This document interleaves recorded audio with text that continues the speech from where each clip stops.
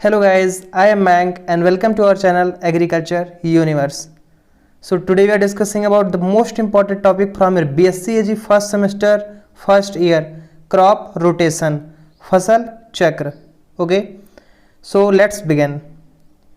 Crop rotation is a practice of planting different crops sequentially on the same plot of land to improve soil health, optimize nutrients in the soil.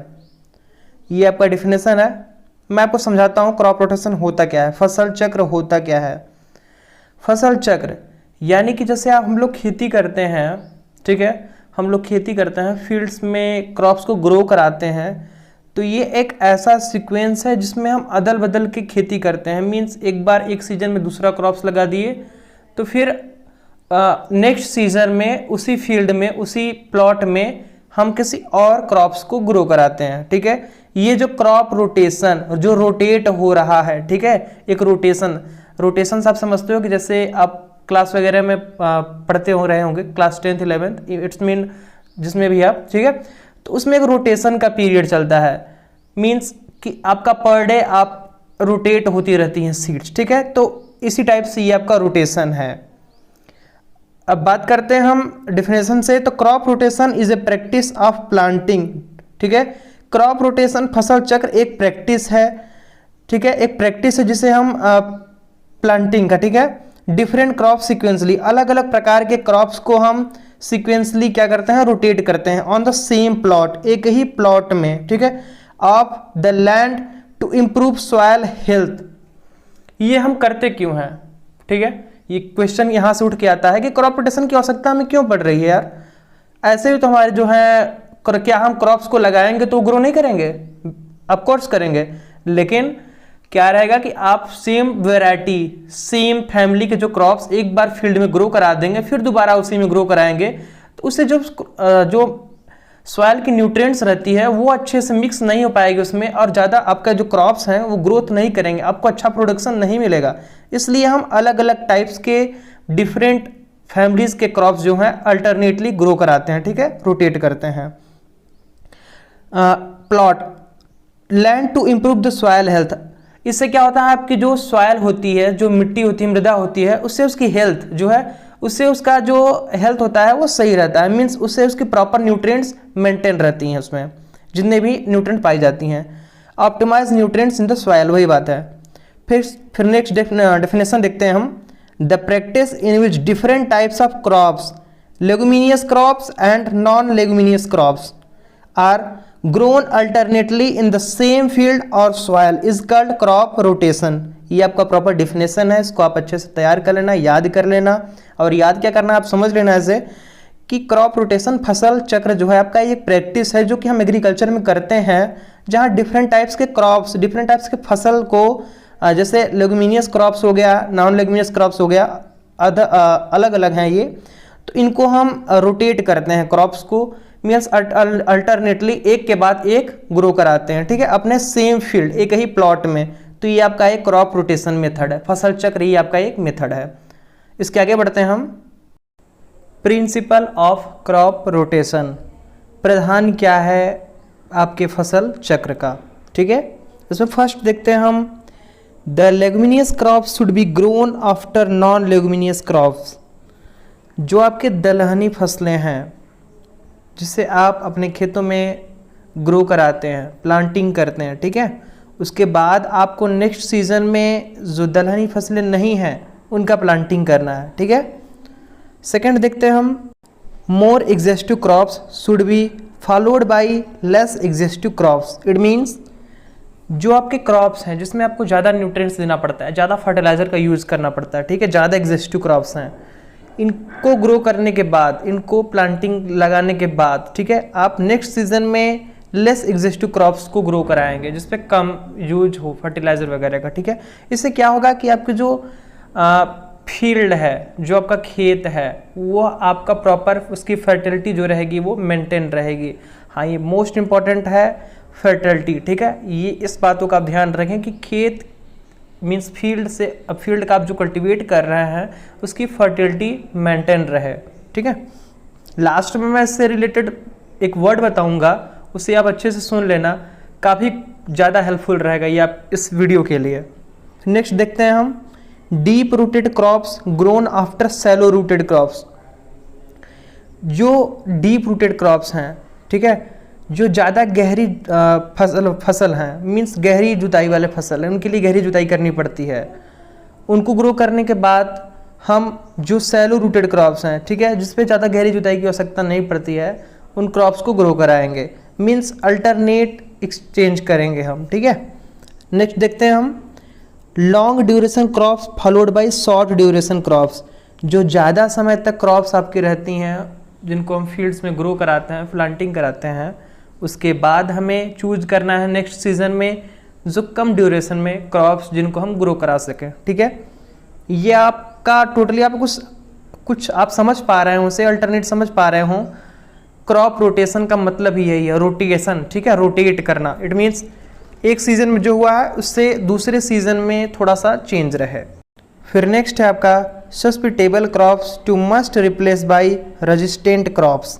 Okay, means जो आपके भावुक फसलें हैं, जो ज़्यादा resistance में survive नहीं कर पाते हैं, जो काफ़ी नाजुक फसलें हैं, उनको ग्रो कराने के बाद, ठीक है, या तो दूसरे क्रॉप्स ग्रो करा रहे हैं आप, जैसे मोर एग्जिस्टिव है जो मीन्स ज़्यादा रेजिस्टेंस वाले जो क्रॉप्स हैं, ठीक है, या तो फिर आप सस्टेनेबल क्रॉप्स ग्रो करा रहे हैं जो काफ़ी नाजुक हैं। तो इनको ग्रो कराने के बाद नेक्स्ट सीजन में हम रेजिस्टेंट क्रॉप्स को ग्रो कराएंगे, मीन्स जो ज़्यादा टेम्परेचर को सहन कर सकें, ठीक है। ये क्रॉप्स का एक रोटेशन होता है। नेक्स्ट देखते हैं हम आगे। फिर नेक्स्ट है आपका selection of crops should B demand based.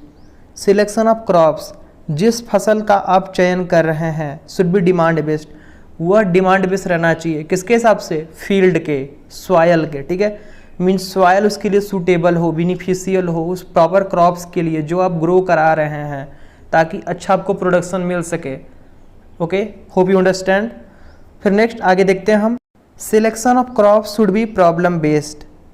आप उस फसल का चयन कर रहे हैं अपने फील्ड में ग्रो कराने के लिए, प्लांटिंग कराने के लिए, जो प्रॉब्लम बेस्ड है, मींस जहाँ से प्रॉब्लम क्रिएट ना हो सके। ये अल्टरनेट है आपका डिमांड बेस्ड का, ठीक है। तो जिस आप जो फील्ड में जिस क्रॉप्स को ग्रो करा रहे हैं वहाँ से आपको प्रॉब्लम क्रिएट ना हो, इसलिए आप प्रॉब्लम बेस्ड मीन्स प्रॉपर उसका क्या बोलते हैं, उसका आप बैक टू बैक आप देख लीजिए कि कितने फसल कैसे कैसे वहाँ पे हो रहे हैं उस फील्ड में प्रॉपर। तो आप उस प्रॉब्लम बेस को निकाल के अपना क्रॉप्स जो रहेगा, जो वहाँ पर सर्वाइव कर सके, जो अच्छा खासा आपको प्रोडक्शन दे सके, उसको आप सिलेक्ट करेंगे। ओके, नेक्स्ट है आपका selection of crops should suit to the farmer's financial condition. Okay, most important है, इसे आप अच्छे से समझना। सिलेक्शन ऑफ क्रॉप्स, जो क्रॉप को हम सिलेक्ट करते हैं, ठीक है, मीन्स जिसका चयन करते हैं, should suit to the farmer's financial condition, वह फाइनेंशियल कंडीशन बनाने के लिए फार्मर का मीन्स सूटेबल रहना चाहिए, ठीक है। अब होता क्या है कि एक फार्मर है, मैं ऐसे आपको समझाता हूँ। एक फार्मर जैसे है तो वो उस क्रॉप्स का चयन करता है, उस क्रॉप्स का सिलेक्शन करता है, अपने फील्ड, अपने जो फील्ड है उसका, उसमें क्रॉप्स को ग्रो कराता है बिकॉज़ कि उसे अच्छा प्रोडक्शन मिले और वह उसका मार्केटिंग वैल्यू हो, जो कि मंडी में सेल करे तो उसका इकोनॉमिकल डेवलपमेंट अच्छा ग्रोथ करे, ठीक है। तो इसलिए वह उन क्रॉप्स को सिलेक्ट करता है जिसका मार्केटिंग वैल्यू ज़्यादा है और उसे ही वो ग्रो कराता है, ठीक है। तो ये एक सिलेक्शन है आपका क्रॉप्स का बाय फार्मर्स, जो सिलेक्ट करता है for economical development, for self development, ठीक है, जिससे उसका फाइनेंशियल कंडीशन अच्छा ग्रोथ करे। ये आपका आंसर है। तो आगे बढ़ते हैं हम। लास्ट है आपका crop selected should also suit to the soil and climate condition. ये काफ़ी इंपॉर्टेंट है बिकॉज जो आप क्रॉप का सिलेक्शन कर रहे हैं, जिस क्रॉप को आप सिलेक्ट कर रहे हैं, जिस फसल को आप चयन कर रहे हैं, ऐसा तो नहीं है कि आप किसी भी फसल को किसी भी फील्ड में लगा दें, ठीक है। फील्ड भी तो उसके लिए सूटेबल रहना चाहिए, एप्लीकेबल रहना चाहिए।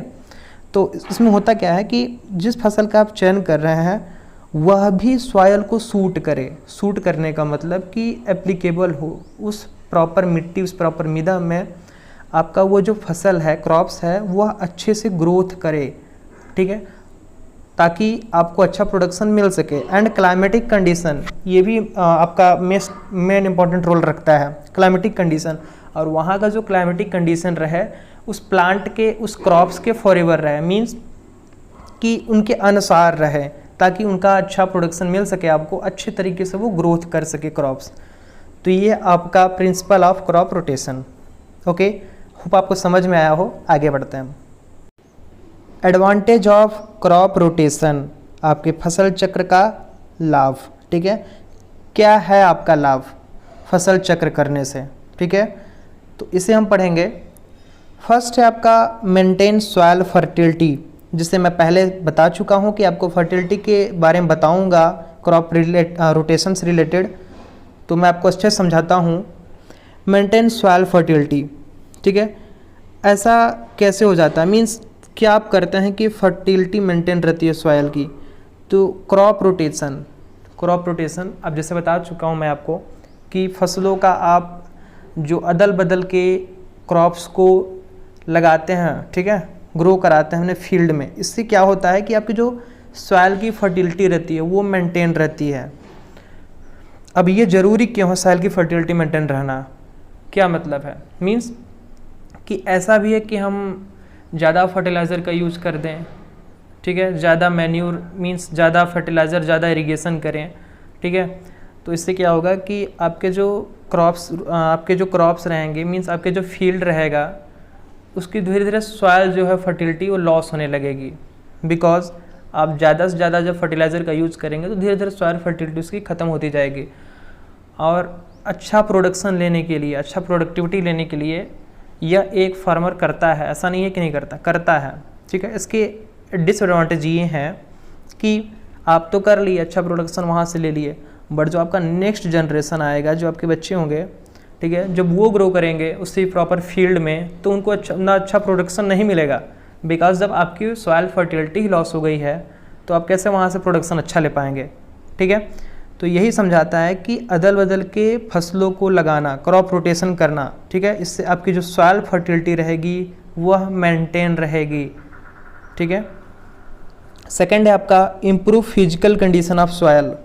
वही बात है कि आपके फिजिकल कंडीशन सॉइल का जो है बना रहेगा। मीन्स जैसे जैसे क्रॉप रोटेशन में क्या होता है कि अलग अलग फसलों को हम लगाते हैं, ठीक है, मीन्स अलग अलग मेंबर के, अलग अलग फैमिलीज़ के जो क्रॉप्स लगाते हैं हम, तो ये यहाँ पर ये बेनिफिशियल है कि आपका जो सॉइल कंडीशन रहेगा, जो आपकी सॉइल कंडीशन है, जैसे कहीं पे फील्ड में कहीं ऊंचा है ज़्यादा, कहीं पे जो है वह गहरा है, तो जो आपकी कंडीशन सॉइल की है, ठीक है, मीन्स जो आपके न्यूट्रिएंट्स सॉइल में मिक्सअप हैं, तो वो क्या होंगे कि जो दबे हुए हैं वो अच्छे से एक अच्छा एयर सेशन लेंगे, अच्छा हवा लेंगे, ऑक्सीजन उसमें सप्लाई करेगा, ठीक है।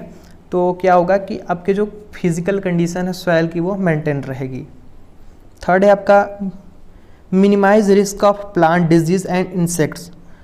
आपके जो रिस्क हैं, मीन्स क्या है कि जो प्लांट डिजीज़ के, जो पौधों में या क्रॉप्स में जो आपकी बीमारियां लगने की ज़्यादातर जो चांसेस रहती हैं वह कम हो जाएंगी, ठीक है, जिससे जो कीड़े वगैरह रहते हैं आपके सॉइल के लिए हार्मफुल रहते हैं, तो क्रॉप रोटेशन करने से उनका बहुत कम ज़्यादा चांस रहता है, बहुत कम चांस रहता है उनका कि वह आपके क्रॉप्स को, आपके सॉइल को हार्म कर सकें। फिर नेक्स्ट है आपका fourth, rotation cover the natural and market risk, avoid sudden failure. Means वही बात है कि जो रोटेशन रहता है, अब ऐसा है कि अगर आप एक ही क्रॉप्स को बार बार लगाएंगे, अब जैसे गेहूं आप लगा रहे हैं और प्रॉपर 4 साल से लगा ही रहे हैं और सारे फार्मर्स लगा रहे हैं, तो यार होगा क्या, सभी लोग अपना मंडी में देंगे और एक ऐसा टाइम आएगा कि उनका जो इकोनॉमिकल है, मार्केटिंग सेल है, वो घट जाएगा। बिकॉज आप जब एक ही क्रॉप्स को यूज़ कर रहे हैं, बार बार अपना मंडी में सेल कर रहे हैं, तो उसका जो है रेट रहेगा वो कम हो जाएगा काफ़ी, जिसकी वजह से आपको अच्छा प्रोडक्शन नहीं मीन्स अच्छा आपको इनकम नहीं मिलेगा। तो इसकी वजह से क्रॉप रोटेशन होता है, अलग अलग फसल लगाई जाती हैं, उनको सेल किया जाता है और सबका एक मेंटेन जो है इनकम मिलता है। नेक्स्ट है आपका control weeds, paste and disease in the field. वही बात है कि आपके वीड्स, आपके खरपतवार जो रहेंगे उनको मेंटेन किया रहेगा, ठीक है, उनको कंट्रोल किया रहेगा। ये ज़्यादा नहीं होने देगा क्रॉप रोटेशन करने से। और जो आपके पेस्ट हैं, ठीक है, जो कीटनाशक जो कीट हैं आपके, वो सब भी मेंटेन रहेंगे, कंट्रोल रहेंगे, और जो डिजीज़ आपकी बीमारियां लगने वाली रहेंगी आपके क्रॉप्स में, वो भी कंट्रोल रहेंगी आपके फील्ड में। तो ये यही कहना चाहता है कि क्रॉप रोटेशन कैसे हमारे लिए बेनिफिशियल है, क्या लाभ है इनका, तो यही सब है। ठीक है, अब इसको अच्छे से प्रॉपर पढ़ लेना, समझ में आ जाएगा। तो ये आपका क्रॉप रोटेशन से रिलेटेड जितने भी टॉपिक्स थे। हाँ, अगर कोई टॉपिक ऐसा है कि आपको लगता है छूटा है, या तो कुछ प्रॉब्लम इससे रिलेटेड आपको समझ में आ रहा हो, या तो कुछ नहीं समझ में आ रहा, तो आप प्लीज़ कमेंट करना। ठीक है, मैं ज़रूर कोशिश करूँगा उसका आंसर देने का। तो मिलते हैं फिर अगली वीडियो में, तब तक के लिए बाय बाय, टेक केयर।